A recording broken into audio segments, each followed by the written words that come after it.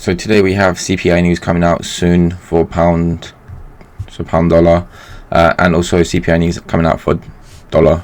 So this is going to be key today, and honestly probably wouldn't be a trading day for majority of the people unless there's very good setups in the morning. Euro dollar so far this week has respected its bullish order flow that it rejected 2 weeks ago, and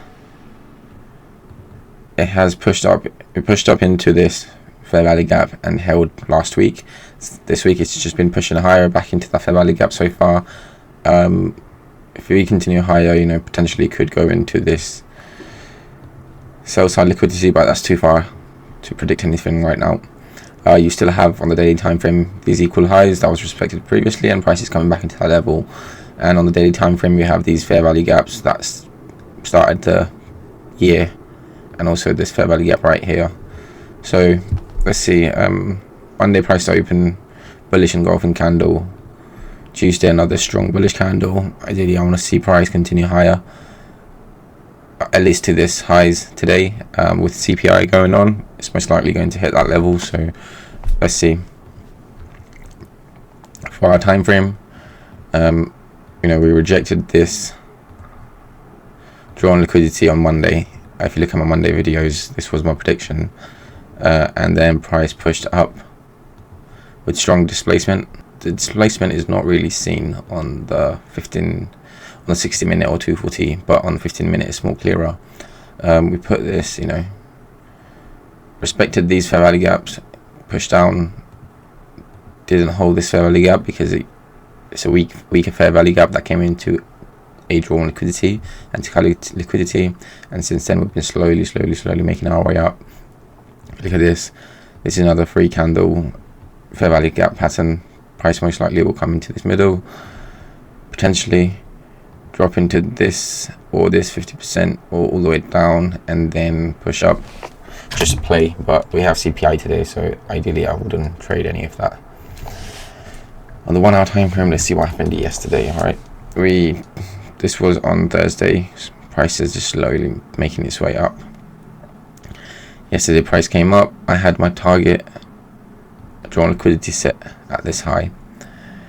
It came up, there was no imbalance for me to look at, no fair value gap for me to trade that into for price to push higher, so it wasn't really a trade. However, if I was going to look for a trade, it would have been after this leg, this bearish leg down, because normally before a start of a bullish run you will get a sharp leg into a point of interest like this. So you got these bearish run, you got this bearish run until 10 a.m. close, and then 11, 12, 13, 14 price continues higher. It comes into these equal lows. Click on the 50-minute time frame, have the strong equal lows. The price taps into right, and it also provides some kind of an entry. If you look at this, we got this consolidation followed by a sharp turn, which is followed by slow bullish fair value gap candles up, which is held initially, and then furthermore it's held again, and you get market structure shift, and you could have traded at the second fair value gap level and put stops below these lows. I would want to give price a lot of room to breathe, and then targets at these highs, or well, we could aim for highs here. So there's that. Pound dollar, we came into this fair value gap last week, held, and since then this week we've pushed back into this fair value gap, bearish fair value gap. We also have this bearish fair value gap, and we also have this inverse fair value gap that price can find resistance at. So let's see how today CPI plays out.